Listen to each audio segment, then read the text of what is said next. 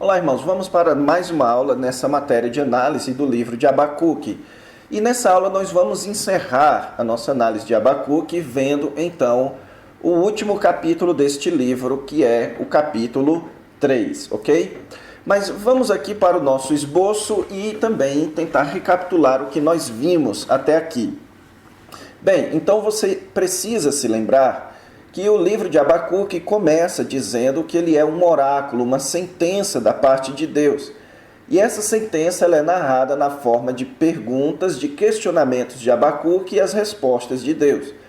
Então Abacuque começa fazendo uma pergunta para Deus a respeito do porquê Deus permitia a maldade no meio de Judá, no meio de Israel.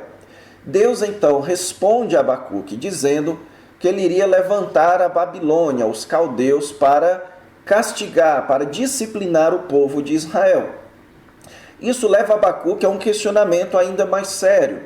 Ele diz o seguinte: visto que Deus é tão puro de olhos, estaria então Deus tolerando o pecado? Estaria Deus então tolerando a maldade, a injustiça, ao usar uma nação mais impura do que o próprio judeu, do que o próprio Israel?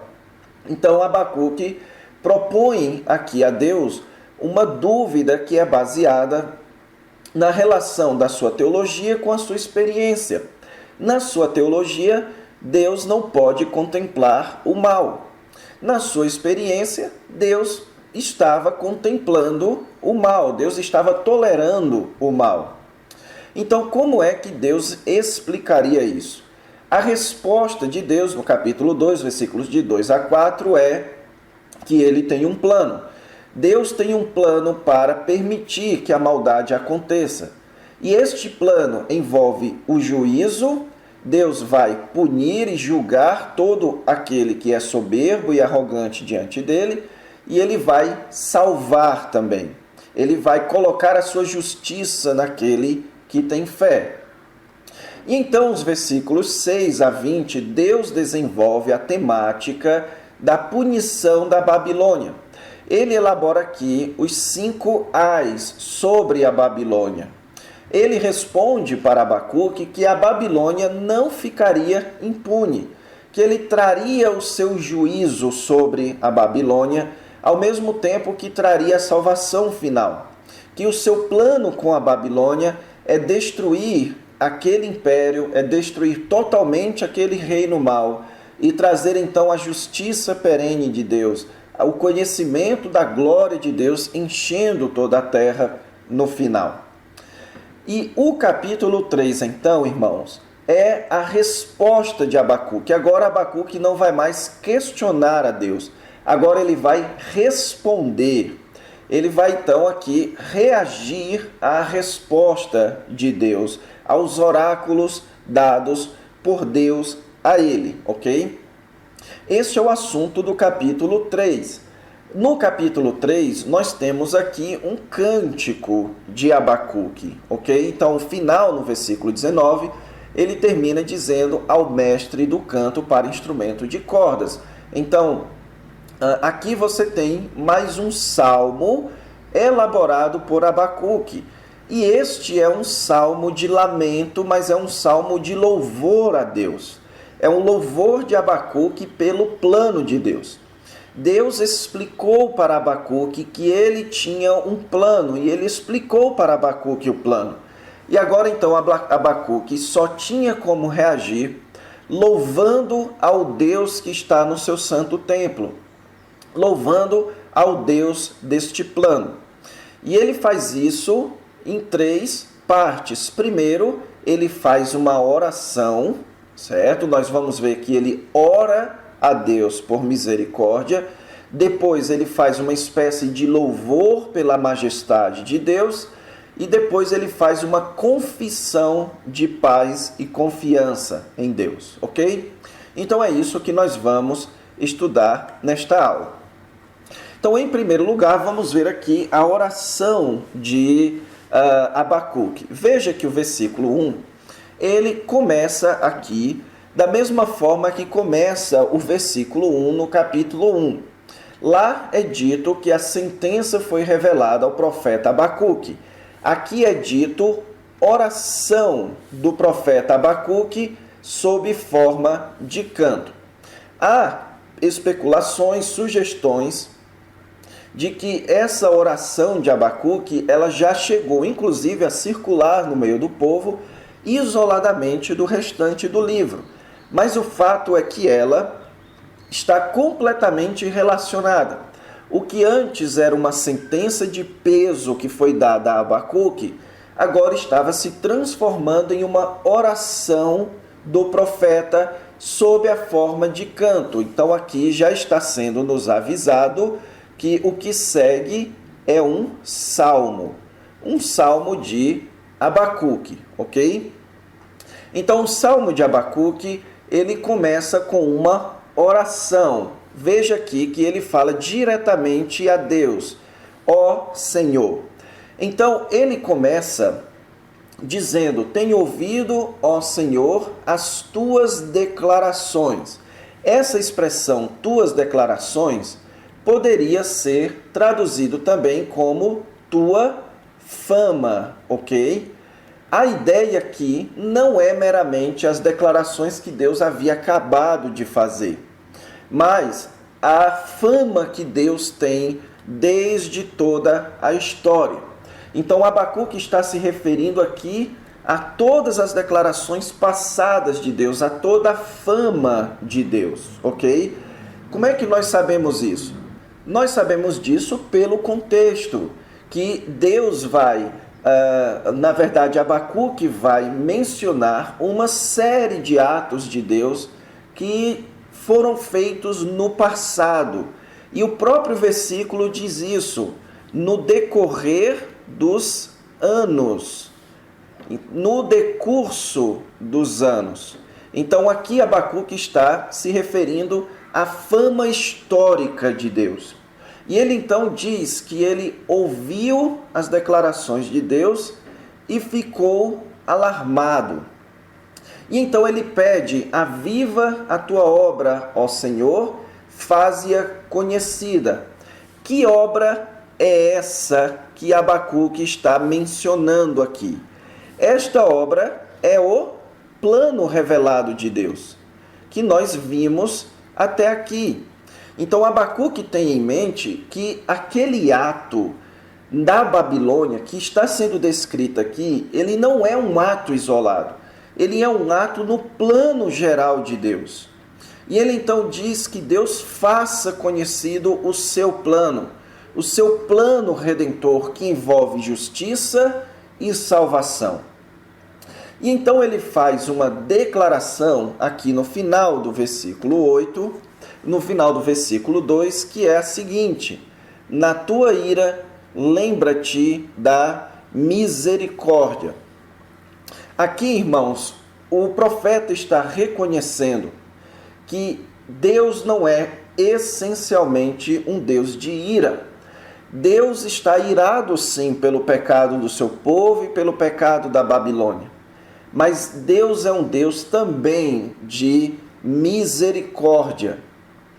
Essa expressão, lembra-te da misericórdia, ela sempre tem uma conotação pactual. Se você fizer uma pesquisa nessa expressão, lembra-te no Antigo Testamento, ela é sempre uma oração para que Deus se lembre do seu pacto com o seu povo. Então, que Deus, no meio da sua ira, se lembre da sua relação com o seu povo. Os erros aqui, eles são reais. Deus tem direito de estar irado. Mas Deus também é um Deus que pode ter misericórdia.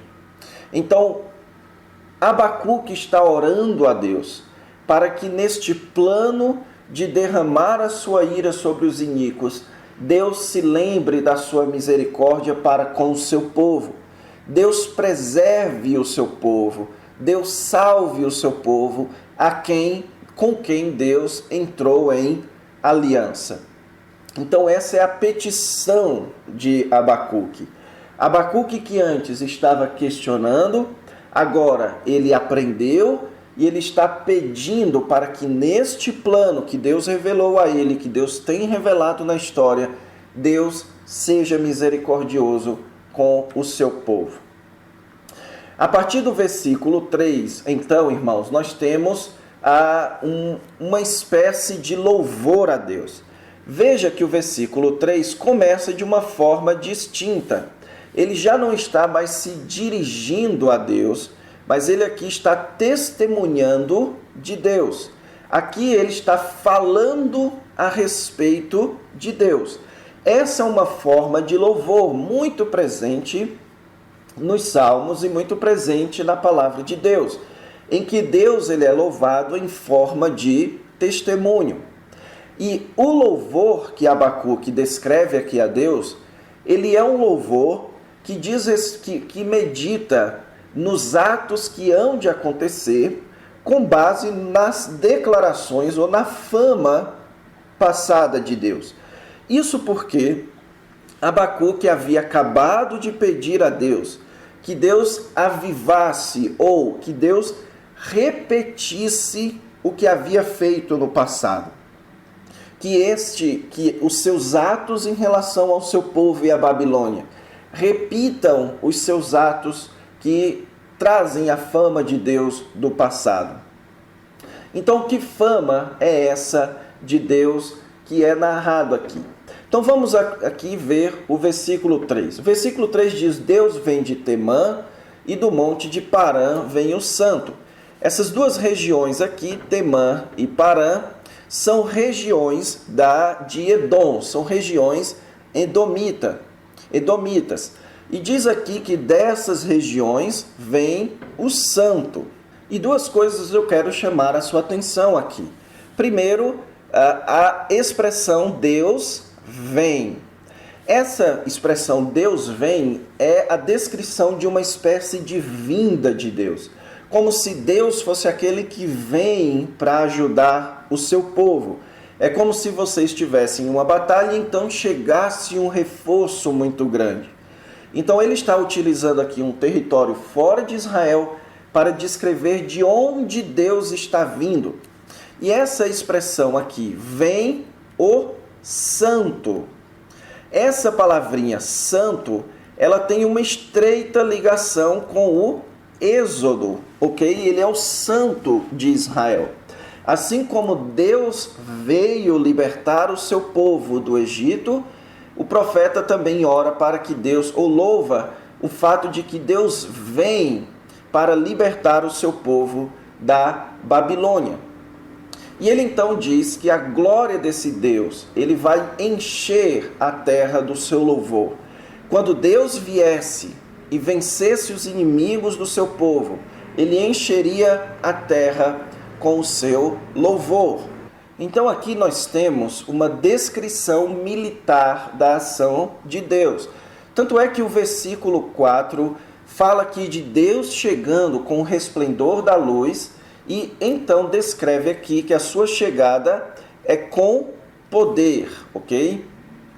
E o versículo 5 em diante você tem uma ampla descrição da ação de Deus no Êxodo, como se Deus tivesse ou fosse repetir isso durante a história também.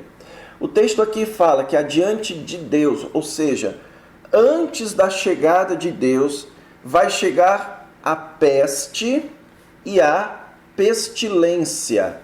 Então Deus é aquele que antes de chegar manda os seus batedores. E quem são os batedores de Deus? A peste e a pestilência. Aqui você tem uma alusão ao que Deus fez no Êxodo, mandando as 10 pragas, aquelas 10 manifestações de ira. Deus mandando os seus batedores antes de entrar para os seus passos. E quando Deus chega, ele para e faz tremer a terra, ele sacode as nações. Então esse tremor de terra é uma expressão do grande poder de Deus. Então a natureza, ela entra em convulsão quando Yahvé se encontra para guerrear pelo seu povo. O texto diz aqui que esmigalham-se os montes primitivos, os outeiros eternos se abatem. Olhem só aqui, irmãos, a ideia é que a natureza, a ideia de outeiros eternos, é outeiros que vivem há muito tempo, se abatem, porque os caminhos de Deus são eternos. Então a chegada de Deus, ela é mais poderosa do que inclusive as forças da natureza. Então as tendas de Cusã entram em aflição e os acampamentos da terra de Midian tremem. Então não se sabe muito ao certo a que Abacuque está se referindo aqui com essas tendas de Cusã e essas terras de Midian. Aqui pode ser, segundo o comentário que eu tenho seguido, pode ser que isso se refira aos nômades da região do Sinai. Pode ser que aqui ele está se referindo àqueles tremores que aconteciam quando Deus se encontrava com o seu povo no Sinai. Então ali o povo entrava em aflição, os montes tremiam quando Deus descia no monte. Então nenhum monte, por mais longo seja a sua idade, é capaz de resistir ao poder da ação e da presença de Deus. Então, Abacuque está celebrando aqui que o Deus que guerreia pelo seu povo é um Deus que tem uma presença majestosa. O Deus que vem em ajuda pelo seu povo, ele é um Deus poderosíssimo. Então, o versículo 8 até o versículo 12 muda um pouquinho o tom aqui. Porque agora esse louvor de Abacuque já não é mais sobre Deus, mas é para Deus. É um louvor dirigido diretamente a Deus. Veja que ele começa com uma pergunta: acaso é contra os rios, Senhor, que está irado? Então agora ele volta a ser um louvor direcionado a Deus. E ele vai continuar aqui a temática de guerra associada ao Êxodo. Então, você tem aqui a descrição de rios e a descrição do mar. A ideia de Deus montado em cavalos, a ideia de arco, flecha, aljava, ele que fende a terra com rios, fazendo alusões a atos passados especialmente relacionados com o Êxodo. Assim como no Êxodo Deus marchou contra o rio Nilo, Deus abriu o mar, Deus destruiu os cavalos. Abacuque tem esperança que Deus faça isso, que Deus repita isso de novo, que ele haja com o seu poder novamente. Versículo 10, os montes te veem e se contorcem. As profundezas do mar fazem ouvir a sua voz e levantam bem alto as suas mãos. Aqui nós temos uma descrição vívida de quando Deus abriu o mar vermelho. Então você tem aqui, note, uma descrição do poderio militar de Deus. Aqui você tem uma descrição do poderio de Deus sobre o mar. Aqui você tem uma descrição do poderio de Deus sobre o céu. E aqui você tem uma descrição do poderio de Deus sobre a terra. Veja que aqui fala dos montes, mas os montes do mar. Depois fala de sol e luz e Deus marchando sobre a terra. A ideia de Abacuque é descrever aqui o poderio total de Deus, que ninguém é capaz de vencer ao Deus de Israel. O Deus que guerreia pelo seu povo, ele é um Deus que tem poder, e ele tem poder sobre o mar, ele tem poder sobre o céu, e ele tem poder sobre a terra. Então você tem aqui uma grande descrição de louvor de Abacuque para com Deus, ok? Mostrando a sua confiança, que este Deus que tem um plano, ele é um Deus que quando vier, ele virá com todo o seu poder. Que a Babilônia pode vir contra a nação de Israel, mas haverá um dia que Deus viria contra a Babilônia.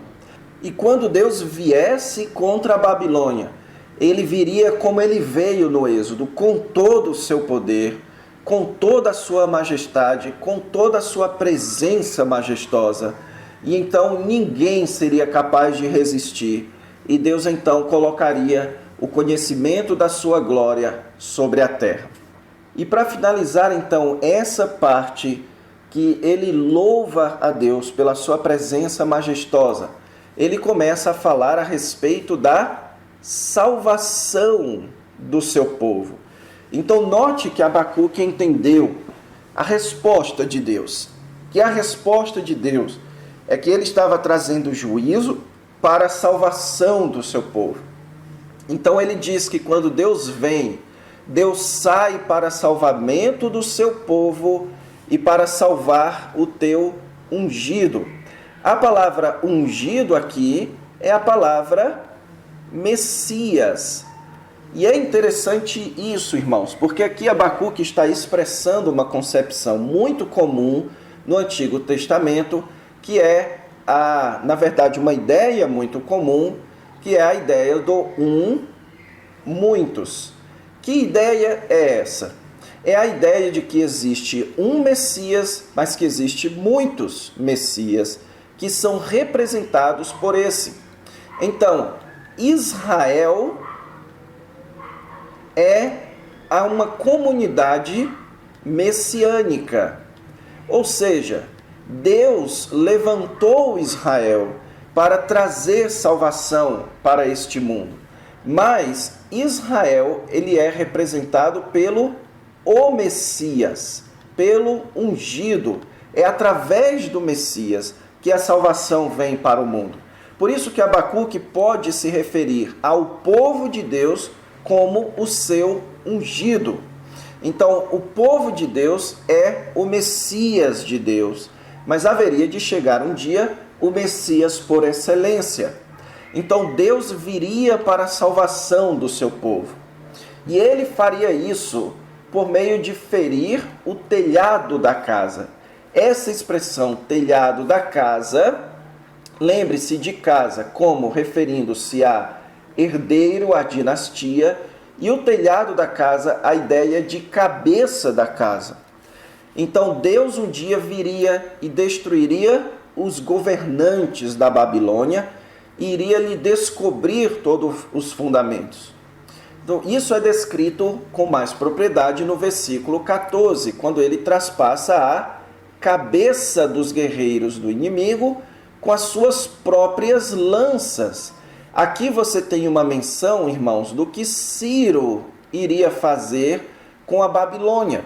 Ciro, ele dominou a Babilônia sem ao menos guerrear contra ela. Ciro dominou a Babilônia, digamos assim, de maneira pacífica. A Babilônia ela foi vencida e humilhada pelo Império Persa. Então eles, como tempestade, avançariam para destruir a Babilônia e então venceriam a Babilônia.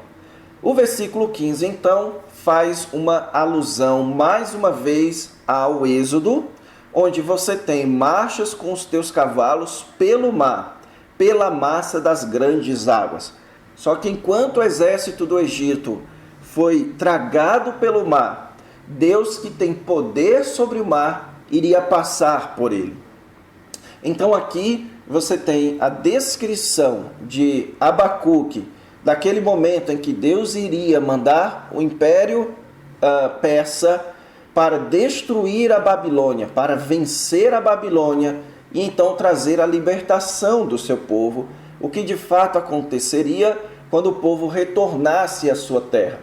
Mas lembre-se sempre que tudo isso daqui tem uma projeção escatológica. Quando nós lemos o livro de Apocalipse E muitos dos textos do próprio Antigo Testamento, nós vemos que essa batalha de Deus contra a Babilônia, para a libertação do seu povo, isso prefigura a batalha final de Deus contra a Babilônia, para a libertação do seu povo.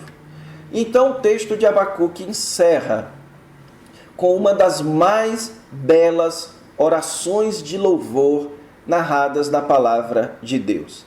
Aqui você tem as palavras finais, a conclusão de Abacuque. Ele diz, ouviu, então ele ouviu as respostas de Deus e o seu íntimo se comoveu. A sua voz tremeram os lábios, e a ideia aqui é de choro. Então Abacuque, ao ouvir a resposta, ele começa então a lamentar. Você tem aqui uma oração de lamento diante de Deus. E isso se refletiu fisicamente. Veja que ele fala de ossos, de joelhos, certo? Então, ele fala aqui de lábios, ele fala aqui de ouvir. Então aqui ele está expressando algo muito comum nos salmos de lamentação. Como, por exemplo, o salmo em que Davi diz, enquanto calei os meus pecados, envelheceram-se os meus ossos dentro de mim. Então, a ideia de Abacuque é que o seu corpo sentiu a lamentação diante daquilo que ele ouviu de Deus. E então a sua conclusão é que ele deveria, em silêncio, aludindo ao final do capítulo 20, do capítulo 2, em que Deus diz, cale-se diante dele toda a terra, ele deveria ficar em silêncio e esperar o dia da angústia, o dia em que Deus viria para trazer o juízo de acordo com o seu plano, o dia em que Deus viria trazer a justiça. Abacuque diz, eu devo ficar em silêncio, porque Deus tem um plano, e neste plano ele vai fazer justiça contra o mal. E então aqui, irmãos, os versículos 17 e 18, você tem o grande ápice deste livro. Aqui você tem a grande resposta para o problema do mal. Qual é a grande resposta para o problema do mal? Nós não somos capazes de entender os eventos que estão diante dos nossos olhos. O que nossos olhos são capazes de perceber é a figueira não florescendo, é a videira não dando o seu fruto, é a oliveira mentindo em relação aos seus resultados, os campos não produzindo mantimento, as ovelhas sendo roubadas do aprisco, os currais não tendo gado. Então, quando olhamos para este estado de calamidade, nós nos enganamos, achando que Deus está fora de controle, achando que as coisas saíram do nosso controle ou do controle de Deus, ou então que Deus não é bom, porque Deus está permitindo a calamidade neste mundo. Nós olhamos para Israel e vemos a sua maldade. Nós olhamos para a Babilônia e vemos a sua maldade. Trazendo para o dia de hoje, nós vemos os terroristas, nós vemos aqueles que avançam com a perversão moral neste mundo, querendo trazer aborto, querendo trazer drogas, liberdade sexual, tornando o mundo cada vez mais injusto e mais pervertido. E nós olhamos para tudo isso e nós pensamos, será que Deus está tolerando tudo isso? A resposta de Abacuque é, ainda que os meus olhos vejam toda essa calamidade, todavia eu me alegro no Senhor, exulto no Deus da minha salvação. Abacuque sabia que diante de toda essa maldade havia um plano de salvação. Deus nos alegra por sabermos que um dia nós seremos salvos.